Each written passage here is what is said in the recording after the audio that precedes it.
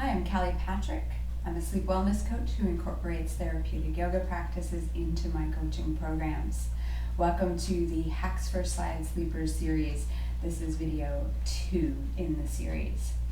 So today we're going to be talking about pain in the low back and how we can adjust sleeping on our side a bit to either reduce that pain or eliminate it altogether.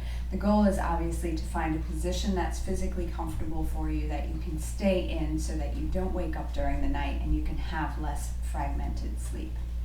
So the first thing I just want to show you is that if I were to get into the side sleeping position that I often normally do as well, right? We typically bend the knees, we stack them. Sometimes we roll forward a little bit. We'll talk about that in another video. We have the bottom shoulder that might get a bit sore from the pressure.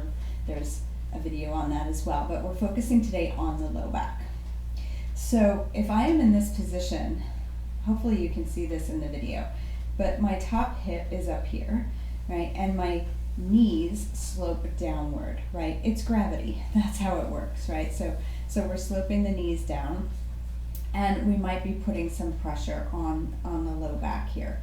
So we can do a couple of different things. My favorite thing to do, and again, I'm going to pull out my trusty yoga blanket.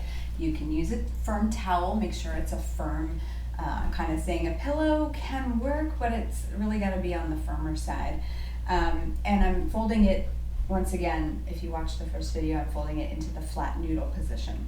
And I'm going to bring this blanket first, and I'm going to place it over my bottom leg. So I'll show this from the side when I lay down, but I'm running it from my knee as far down, and hopefully it will touch about the ankle. Now I'm a shorty, so it's going to fill my whole leg, but you'll want to find something that ideally you can sandwich between your legs.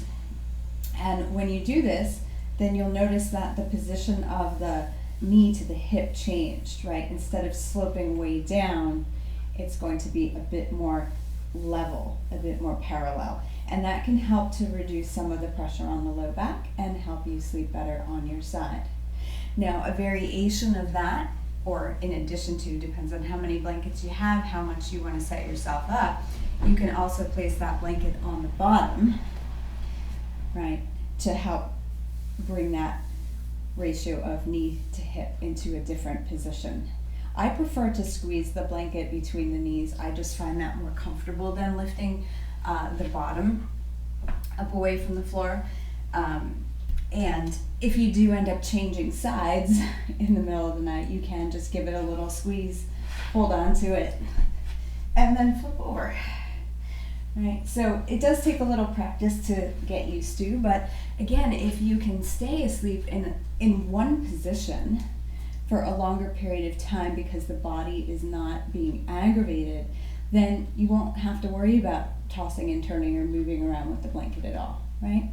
And I find this to be very helpful for people who are often awakened by pain in the body from chronic pain or chronic illness, right? So you can really use these blanket positions to give yourself the best opportunity to get better rest and to heal up.